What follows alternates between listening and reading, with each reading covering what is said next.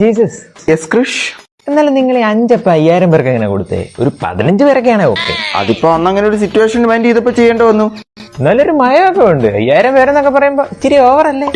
അന്നിപ്പം catering ഒന്നും ഇല്ലല്ലോ, നമ്മൾ തന്നെ എല്ലാം മാനേജ് ചെയ്യേണ്ടി വരും. ദൈവമായി പോയില്ലേ? അങ്ങനെയാണ് നിങ്ങൾ വെള്ളത്തിന്റെ മണ്ടയിൽ കൂടെ നടന്നത്. അങ്ങനെയാണല്ലേ എനിക്കും പറയാനുണ്ട്. ഇച്ചിരി ഇല്ലാത്ത താൻ ഒരു വലിയ മലയെടുത്ത് പൊക്കുക, പാമ്പിനെ തല്ലിക്കൊന്നിട്ട് അതിന്റെ പുറത്ത് കയറിയിരുന്ന് കുച്ചിപ്പുടി കളിക്കുക, എന്നിട്ടോ വാ തുറക്കാൻ നേരത്ത് തന്റെ വായിക്കകത്ത് മുഴുവൻ പ്രപഞ്ചം. അപ്പൊ താൻ എവിടെ നിൽക്കുന്നത്? തന്റെ വായിക്കകത്തോ? ഇതൊക്കെ പോട്ടെന്ന് വെക്കാം. പാഞ്ചാലിക്ക് അൺലിമിറ്റഡ് സാരി സപ്ലൈ ചെയ്തോ? അത് അവളുടെ മാനം കാക്കണ്ടേ?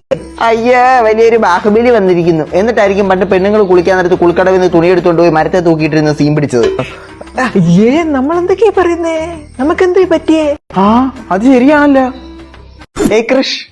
Yes mister Jesus. താനിതുവരെ ഇതിനകത്ത് വെള്ളം നിറച്ച് കഴിഞ്ഞില്ലേ? എന്നാ ചെയ്യാനാന്നേ, വലിയ തേങ്ങയും ചെറിയ തുളയും. വലിയ തുളയിടാൻ പറഞ്ഞു കഴിഞ്ഞാൽ വിനായക കേൾക്കത്തില്ല.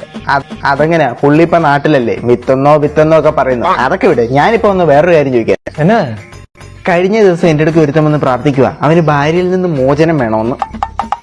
അയിന് അല്ല, താൻ എങ്ങനെ ഈ 16,008 ഭാര്യമാരെയൊക്കെ ഹാൻഡിൽ ചെയ്ത് ആ ടെക്നിക്ക് എന്ന് പറഞ്ഞിരുന്നെങ്കിൽ പിള്ളേരോടൊക്കെ ഒന്ന് പറഞ്ഞു കൊടുക്കായിരുന്നു. അതൊന്നും പറഞ്ഞു കൊടുക്കാൻ പറ്റത്തില്ല. അതിനാ അത് പറഞ്ഞു കൊടുത്താലേ 1 കെട്ടി പോറ്റാൻ പറ്റാത്തമാരൊക്കെ 100 കെട്ടും. എന്തുവാടേ ഒന്ന് പറഞ്ഞാടേ. ഓക്കെ, ഞാൻ പറഞ്ഞുതരാം. താൻ എങ്ങനെ വെള്ളം മീഞ്ഞാക്കി എന്ന് പറ. ഇവനൊക്കെ കെട്ടായിരിക്കുന്ന തന്നെ നല്ലത്. പാറു, രാധേ, ചായ ഇട്. അങ്ങേർക്ക് നാട് മുഴുവൻ ബെസ്റ്റീസാ. ഞാൻ എന്തെങ്കിലും ചോദിച്ചാൽ അപ്പൊ വീഞ്ഞിന്റെ കാര്യം എടുത്തിടും.